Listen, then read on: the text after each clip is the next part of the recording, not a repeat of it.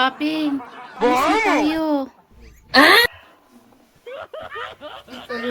Oh, kakain tayo sa labas. Okay na si Bunso. Ready na. Doon sa Arby's. Kakain tayo.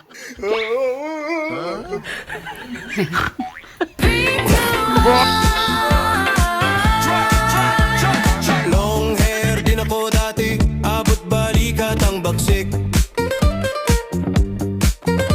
Sa hangin sumasayaw, oh yes, ang swag ko nun ay matik.